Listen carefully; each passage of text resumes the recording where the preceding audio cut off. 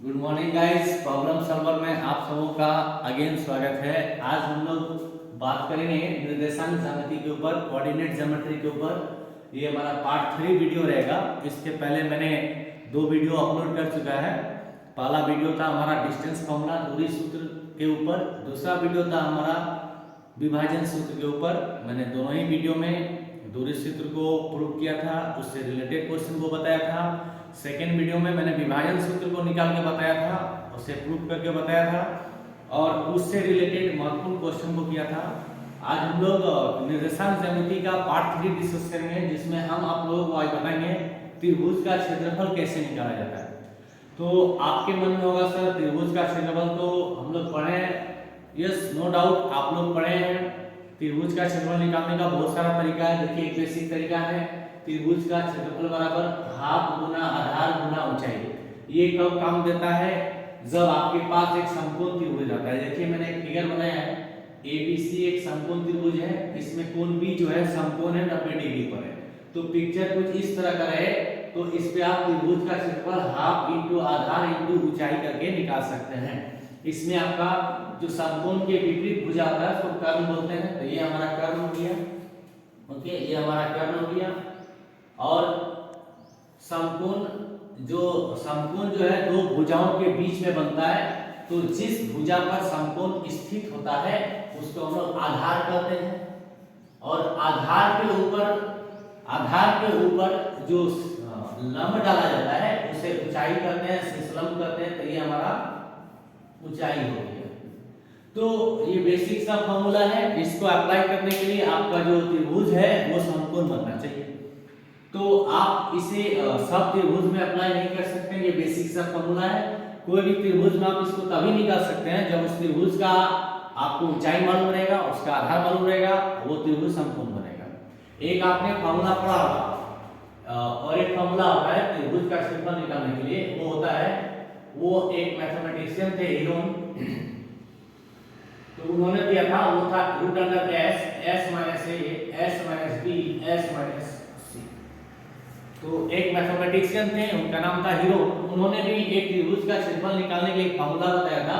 वो फॉर्मूला था त्रिभुज का क्षेत्रफल बराबर root under S, S minus A, S minus B, S minus C. यहाँ पर ए बी सी जो थी, यहाँ पर जो ए बी सी है ये त्रिभुज की भुजाएं हैं, त्रिभुज की भुजाएं हैं। और यहाँ पर जो मेरा एस है ये अर्ध परिमाप को बताता है। किसको बताता है? अर्ध परिमाप।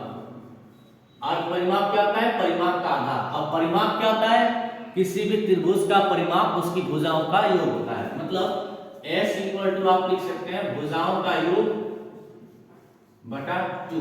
क्यों? क्योंकि S क्या बताता है? अर्ध परिमाप। अर्ध परिमाप क्या होता है? परिमाप का आधार। परिमाप क्या होता है? भुजाओं का योग। तो भुजाओं का योग क्या हुआ? a जोड़ b जोड़ c, तो a जोड़ b जोड़ c बाय 2। तो ये हम लोग कब यूज करते हैं? जब हम लोग क्षेत्रमिति पढ़ते हैं, ओके।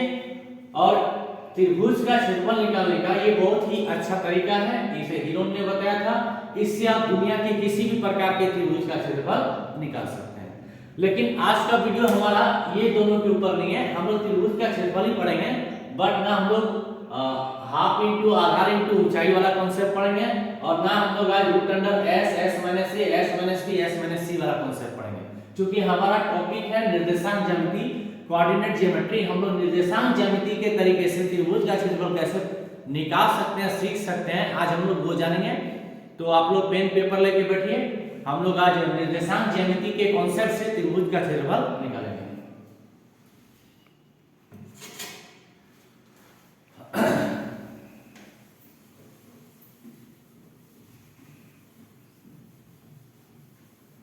तो हम लोग जो आज त्रिभुज का क्षेत्रफल निकालेंगे वो हमारा कुछ इस तरह रहेगा।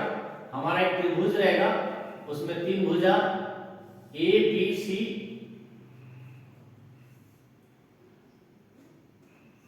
ये हमारा एक त्रिभुज है, इसकी 3 भुजाएं ए बी, बी सी और सी ए हैं।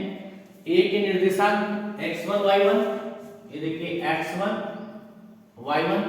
बी का जो निर्देशांक है वो x2 y2 और सी का जो निर्देशांक है x3 y3। तो हमें इस दिए हुए त्रिभुज का क्षेत्रफल ज्ञात करना है।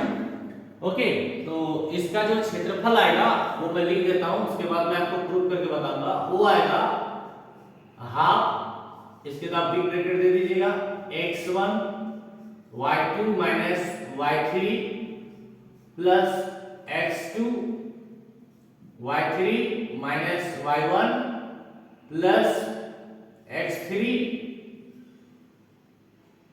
y2 माइनस,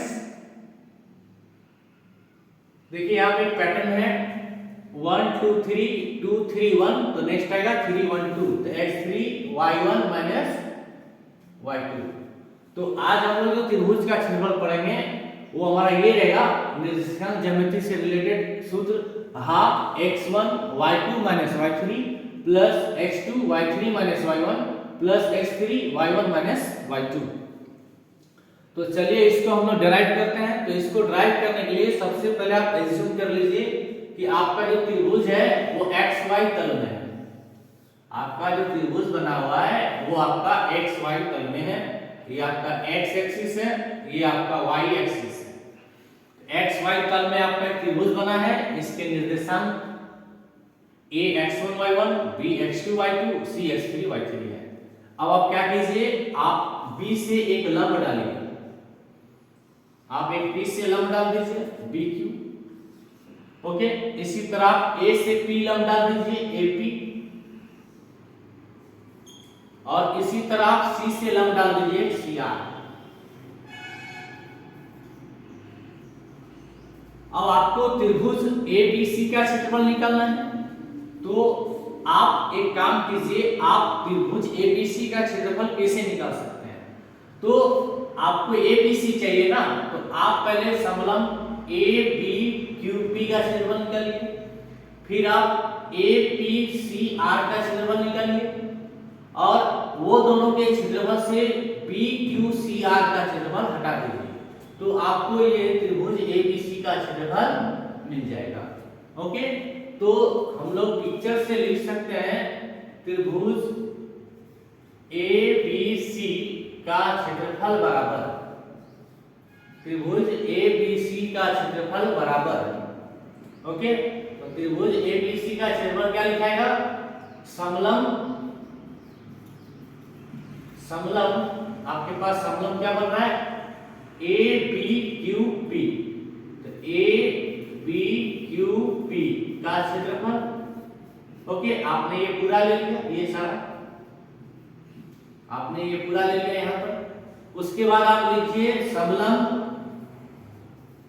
समलंब APRC, APRC का क्षेत्रफल। अब ये आपने पूरा ले लिया, ठीक है, आपने ये दोनों ले लिया, और इससे आप माइनस कर दीजिए समलंब BCRQ का क्षेत्रफल, समलंब BCRQ का क्षेत्रफल। तो आपने पहले ये पूरा लिया, फिर आपने ये पूरा लिया। अब आपको मैं बोल रहा हूं कि आप इसमें से BCRQ को हटा दीजिए। तो आप जैसे ही BCRQ को हटा दीजिएगा तो आपका क्या बच जाएगा, ABC, यानी आपका ABC निकल जाएगा। ओके, ये आपको कॉन्सेप्ट यहाँ यूज करना है, आपका ABC निकल जाएगा। तो चलिए अब आगे हम लोग इसको प्रूव करते हैं, ये फॉर्मूला आता है या नहीं आता है। ओके, तो समलंब का क्षेत्रफल क्या होता है, हाफ इनटू समांतर भुजाओं का योग इनटू ऊंचाई। तो समलंब APQP, APQP का क्षेत्रफल, APQP का क्षेत्रफल क्या होगा, हाफ समांतर भुजाओं का योग। तो आप पिक्चर को देखिए, AP और BQ दो समांतर रेखा है ना, ये दोनों समांतर रेखा है, तो इसका योग, तो AP प्लस BQ, ये दोनों के बीच का जो ऊंचाई है वो कितना है, PQ, तो यहाँ पे लिख दीजिए आप PQ प्लस। अब आपको समलंब APRC का क्षेत्रफल लेना है, APRC, तो APRC में AP और RC समांतर है ना, तो हाफ इनटू समांतर भुजाओं का योग, तो AP जोड़ RC, AP जोड़ RC, और इसके बीच का दूरी क्या है, PR, तो यहाँ पे लिख दीजिए आप PR। नेक्स्ट आपको माइनस करना है इसको, हाफ समलंब BCRQ ना, तो PCRQ, यहाँ पर देखिए आप PCRQ, तो PCRQ में BQ और CR जो है समांतर रेखा का, हाफ BQ जोड़ CR और इनके बीच का दूरी क्या है QR। ओके, यहां तक लिख लिया आप लोग। अब नेक्स्ट, अब क्या कीजिए आप, देखिए तीनों में हाफ कॉमन है, हाफ निकाल दीजिए आप, तो हाफ निकाल दीजिए आप, अंदर क्या बचेगा AP जोड़ BQ, AP जोड़ BQ, तो A से P, तो A से P देखिए तो आप P से A जा रहे हैं तो ऊपर की ओर जा रहे हैं, ऊपर की ओर क्या होता है मेरा, ऊपर की ओर y अक्ष होता है, y कोऑर्डिनेट होता है, तो AP का वैल्यू क्या है मेरा y1 और BQ का वैल्यू क्या है BQ y2। ओके, तो ये क्या लिखा जाएगा y1 प्लस y2, तो ये हमारा लिखा जाएगा y1 plus y2। Okay, next हमने क्या लिखा है PQ, तो PQ में P किसको टच कर रहा है x1 को, Q किसको टच कर रहा है x2 को, तो यहां से देखिए ये आपका मूल बिंदु है, मैंने आपको फर्स्ट वीडियो में बताया था, ये आपका मूल बिंदु है, तो आपको अगर PQ निकालना है तो आप O से P ले लीजिए, O से P कितना आ रहा है x1, O से Q कितना आ रहा है x2, तो PQ निकालना है तो O से P ले लीजिए, आप O से P ले लीजिए और O से Q को घटा दीजिए, तो आपका क्या बचेगा PQ, तो ये क्या आ जाएगा x1 माइनस x2, तो ये आप लिख दीजिए x1 माइनस x2। ओके, आपने क्या किया, हाफ को कॉमन ले लिया सारी जगह से, आपका हाफ बाहर है। नेक्स्ट आपका बचा प्लस AP जोड़ RC, AP जोड़ RC, तो देखिए AP आपका क्या है y1, RC आपका क्या है y3, तो क्या लिखाएगा y1 plus y3, y1 plus y3। Okay, next आपका है PR, तो O से R लीजिए, O से R कितना है x3, O से P कितना है x1, तो PR क्या आएगा x3 माइनस x1, तो ये आपका आएगा x3 minus x1। Okay, next plus आपका नेक्स्ट बच रहा है क्या, आपका बच रहा है BQ जोड़ CR, BQ जोड़ CR, BQ ये ऊपर की ओर जा रहे हैं ना, तो y2 जोड़ CR ये भी ऊपर की ओर जा रहे हैं, तो ये क्या आएगा y3, y2 जोड़ y3, लिख दीजिए यहां पर QR, तो फिर से कोई भी दूरी हम लोग कहां से नापते हैं, मूल बिंदु से नापते हैं, तो O से R x डायरेक्शन तो बताना है, तो O से R में R का x का वैल्यू क्या है x3। ओके, और नेक्स्ट आपको क्या चाहिए, नेक्स्ट आपको चाहिए OQ, तो OQ में क्या है x2, तो ये क्या लिखाएगा x3 minus x2, x3 minus x2, अब ये बिग ब्रैकेट यहाँ पे लगा दीजिए। ओके, यहाँ तक क्लियर हो गया। अब सारे को एक्सपेंड कर दीजिए आप, तो सारे को एक्सपेंड कीजिए आप 1/2, देखिए ये क्या आएगा x1 y1, तो लिखिए x1 y1, okay x1 y1 minus x2 y1, फिर x1 y2, x1 y2, और नेक्स्ट क्या आएगा आपका x2 y2 minus x2 y2। इसी तरह आप इसको लीजिए, okay x3 y1 minus x1 y1 minus x1 y1। Okay, आपने क्या किया x3 y1 लिया और x1 y1 लिया, y3 से लीजिए आप, तो y3 x3 minus y3 x1। इसी तरह यहां पर कीजिए आप y2 x3 y2 x2 यानी x2 y2, फिर x3 y3 x3 y3। Okay, और यहां पे आ रहा है आपका minus x2 y3 minus x2 y3। अब आप क्या कीजिए, देखिए यहां पर इसको x1 y2 ओके और x1 y3 ये वाला, आप ध्यान दीजिए, मैं आपको कुछ बता रहा हूँ। देखिए यहाँ पर x1 y2 है, यहाँ पर x1 y3 है, तो दोनों में देखिए x1 कॉमन आ रहा है, तो x1 को आप बाहर निकाल दो, 1/2 x1 बाहर आ गया, x1 बाहर आया तो यहाँ पे क्या छूट गया y2, यहाँ पे क्या छूट गया y3, ये हो गया y2 minus y3। Okay, next आपने देखिए पहला बार में x1 वाला को कॉमन लिया, अब आप x2 वाला को कॉमन लीजिएगा। ओके, तो आपको लेना है x2 y3, यहाँ पर देखिए x2 y3, देखिए यहाँ पर है x2 y3। ओके, और नेक्स्ट आपको लेना है इसके साथ x2 y1, ये ना, ये देखिए यहाँ पर है x2 y1। तो आप यहाँ पे क्या कीजिए, x2 को कॉमन ले लीजिए, x2 कॉमन आएगा आपका, और नेक्स्ट इसी तरह आपको x3 y1 को चेक करना है, तो x3 y1 आपको मिलाना है वैल्यू को x3 y1।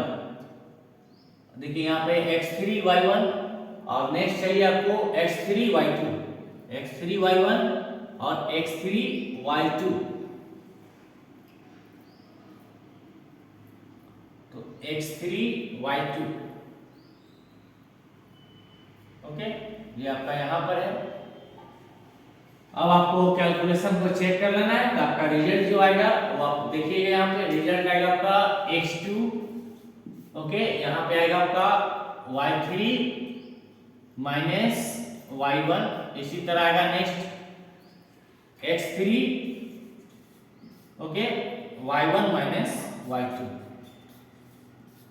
तो आप इसको चेक कीजिए, यहाँ पर देखिए x1 y2, x1 y2, x1 y3, x1 y3, x1 y2 यहाँ पर है x1 y3, देखिए यहाँ पर था x1 y3। Okay, next x2 y3, x2 y3, तो आपका x2 y3 देखिए यहाँ पर है। ओके, और next x2 y1, x2 y1 देखिए यहाँ पर है, तो यहाँ पर x2 y1, यहाँ पे x2 y3। ओके, माइनस को कॉमन ले लीजिएगा, तो x2 y1, x2 आपका कॉमन हो जाएगा, y1 प्लस y3 आएगा। ओके, और नेक्स्ट यहाँ पे देखिए x3 y1, x3 y1 देखिए यहाँ पर है, और x3 y2, x3 y2 ये आपका यहाँ पर है। अब यहाँ पर देखिए ध्यान से, थोड़ा सा कॉम्प्लिकेटेड दिख रहा होगा, कोई बात नहीं, x1 y1 ये कट जा रहा है आपका, यहाँ पर आगे बच क्या रहा है आपका x2 y2 और y3 x3। एक बार कैलकुलेशन को फिर से देख लीजिए। ओके, हमको लग रहा है कुछ कैलकुलेशन में एरर हो रहा है, प्लस माइनस, कोई बात नहीं है, y1 plus y2 x1 minus x2, y1 plus y3 x3 minus x1, और y2 plus y3 x3 minus x2। एक बार कैलकुलेशन को देख लेता हूँ, कोई बात नहीं है, x1 y1 ठीक है, यहाँ पर माइनस x2 y1 ये भी ठीक है, x1 y2 ठीक है, माइनस x2 y2 ये तो ठीक है। नेक्स्ट यहाँ पे देखिए x3 y1 ठीक है, माइनस x1 y1 ये भी ठीक आ रहा है, x3 y3 ठीक है, यहाँ पे माइनस x1 y3 ये भी ठीक आ रहा है आपका। नेक्स्ट आपका y2 x3 ये भी ठीक आ रहा है, y2 x2 y2 ठीक है, x3 y3 ये भी ठीक आ रहा है, माइनस x2 y3 ओके ये भी ठीक आ रहा है। तो अब आपको कॉमन ले लेना है, कॉमन देखिए 1 2 3, यहाँ पे आपका 2 बनेगा, 2 4 2 6, तो 1 2 3 4 5 6 7 8 9 10 11 12। ओके, जो भी हो आप कैलकुलेशन देख लीजिएगा, आपका रिजल्ट आ जाएगा। तो मैंने ऊपर यही लिखा था, यही आपका रिजल्ट आएगा। तो x1 y2 minus y3, x1 y2 minus y3, x1 y2 यहाँ पर है, x1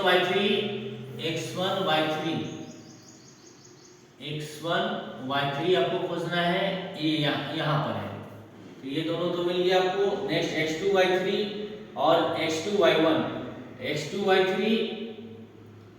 y3 यहाँ पर है, और आपको खोजना है x2 y1, ये आपका यहाँ पर है। और नेक्स्ट आपको खोजना था x3 y1 x3y1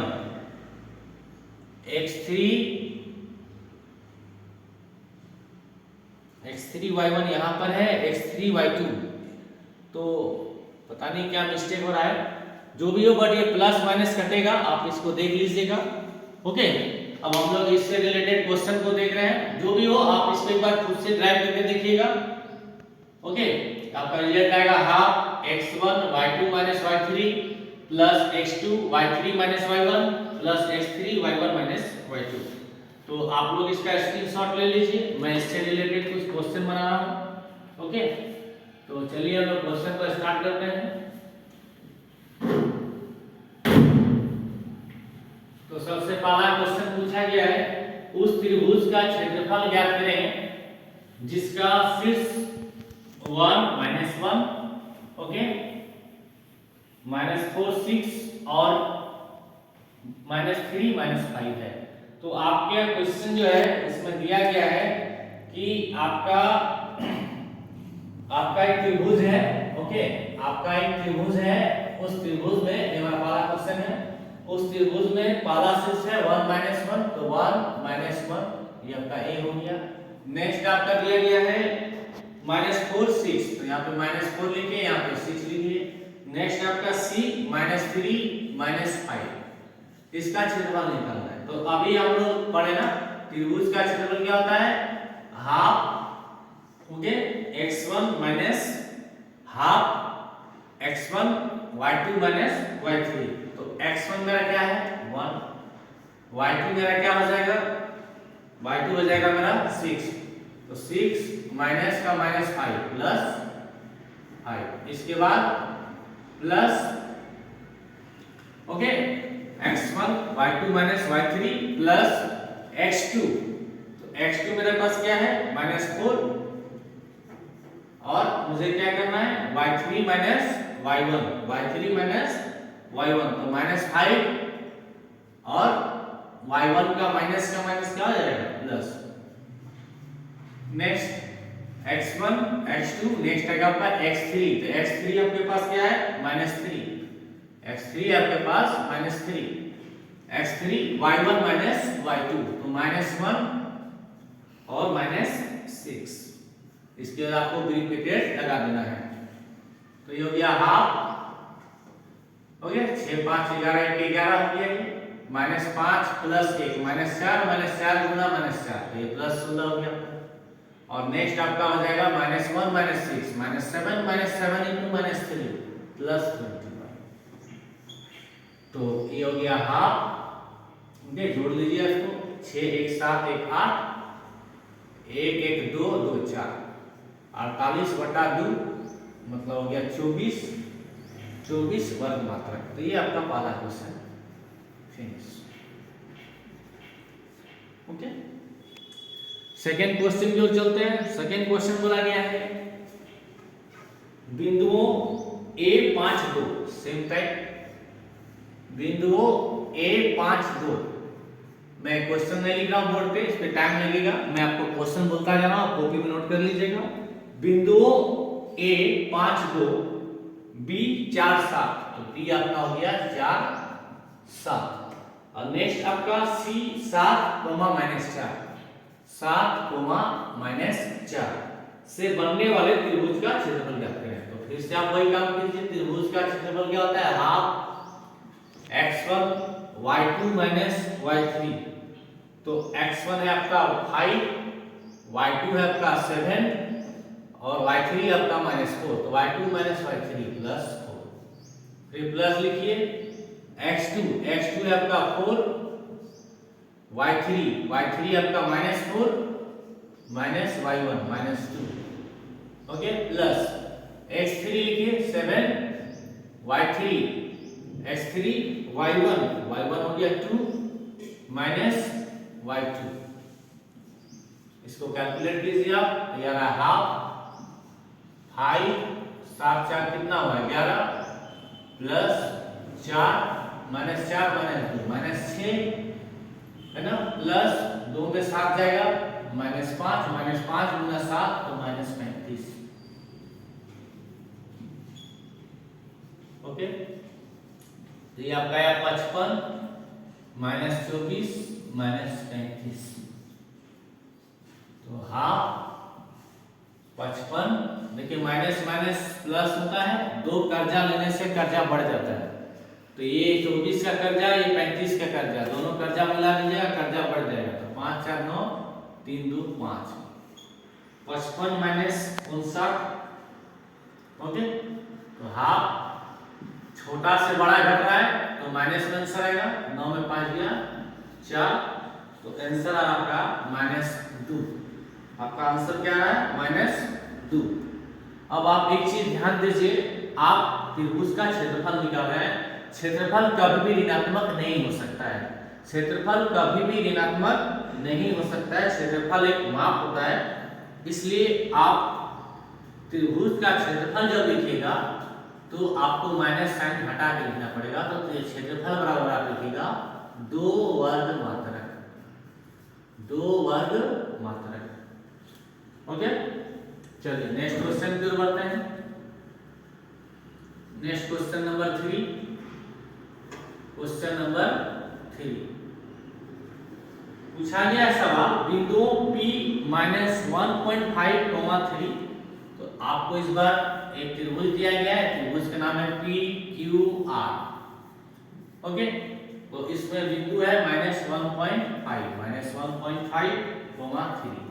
नेक्स्ट बिंदु दिया गया आपका 6 -2, तो Q हो गया आपका 6 -2।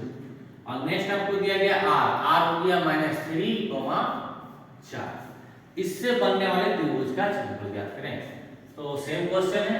देखिए यहाँ पे मैंने दो टाइप का क्वेश्चन बताया। पहले टाइप के क्वेश्चन में आंसर पॉजिटिव आया, वो आंसर हो गया।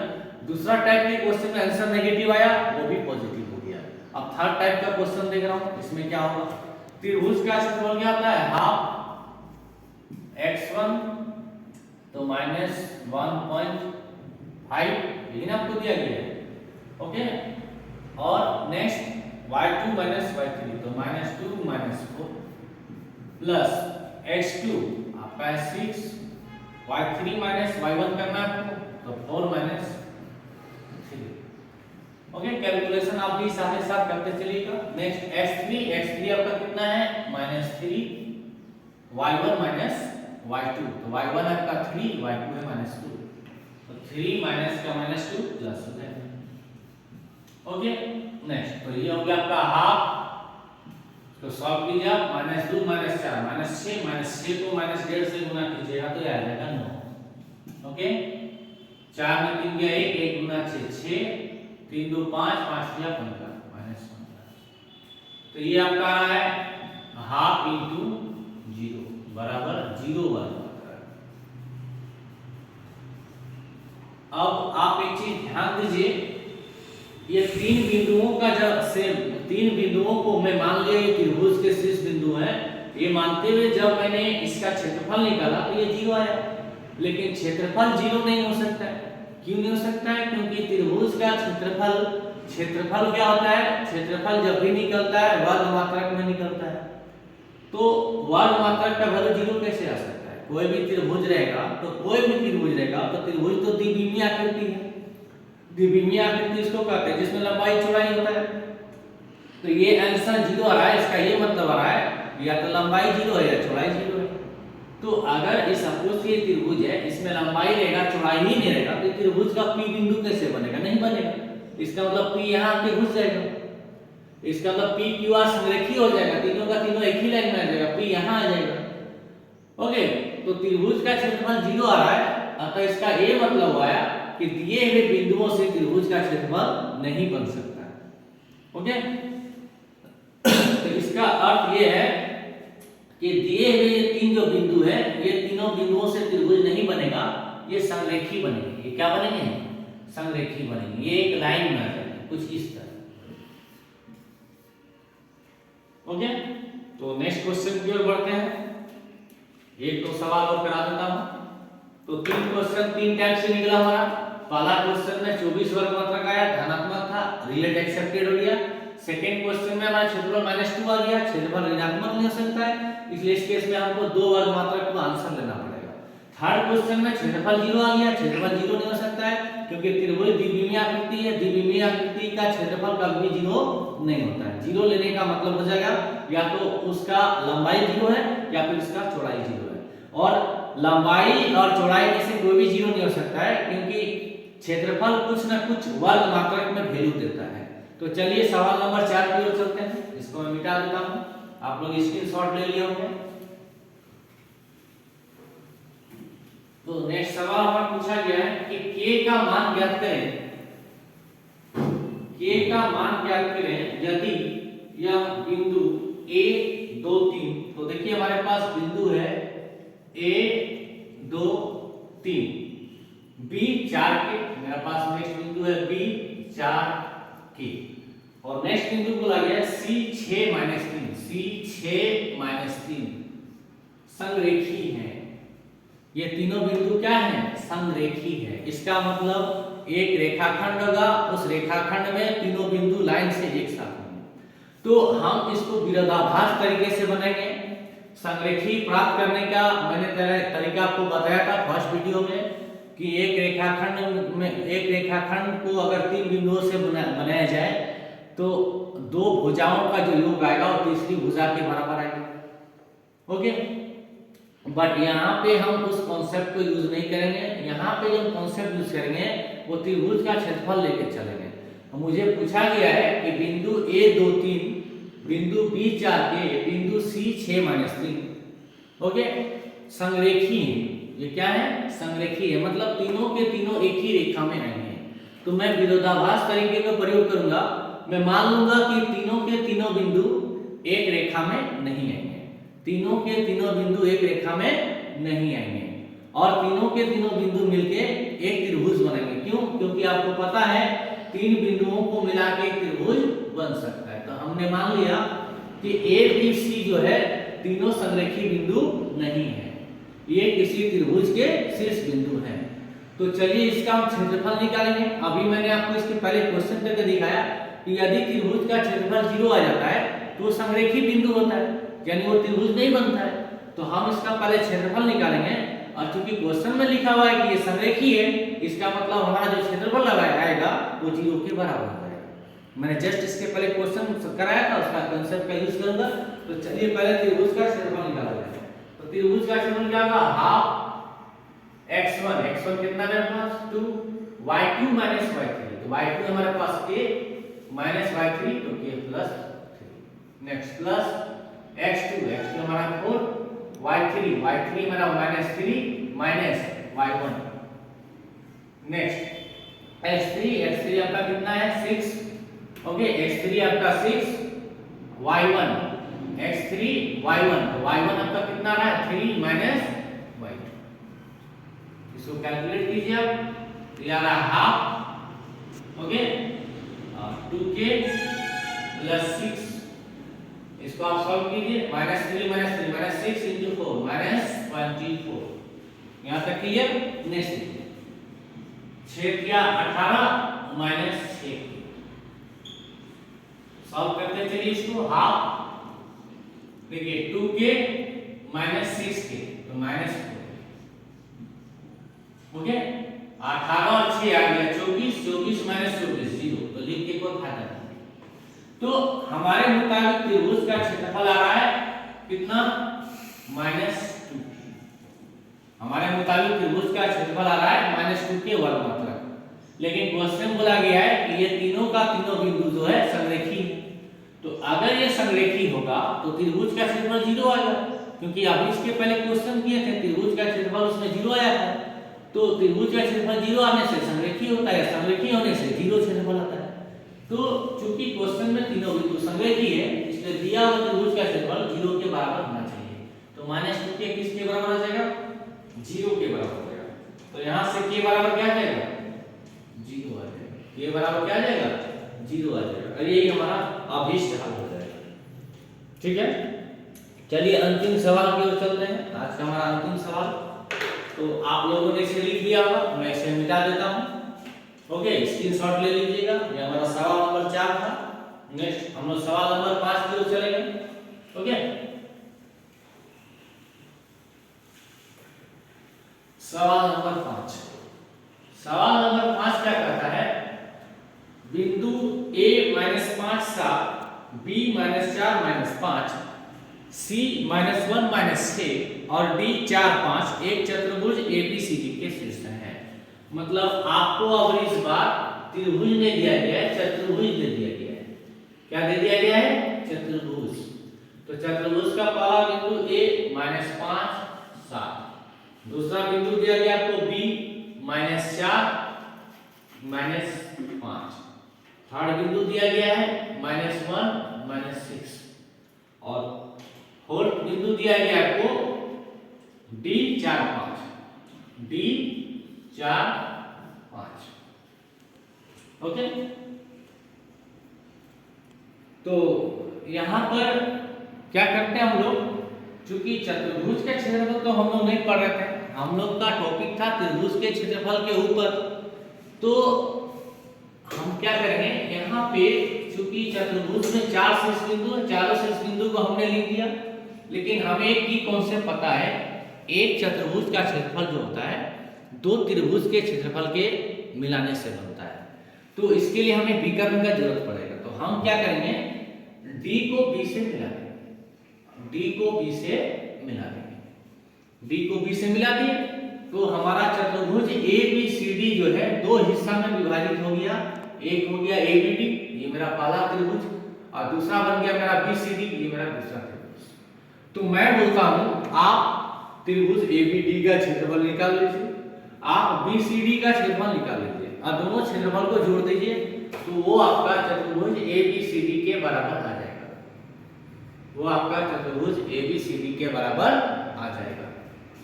तो चलिए पहले मैं त्रिभुज ABD का क्षेत्रफल निकालता हूं, त्रिभुज ABD का क्षेत्रफल निकालता हूं। तो हाफ, ओके, x1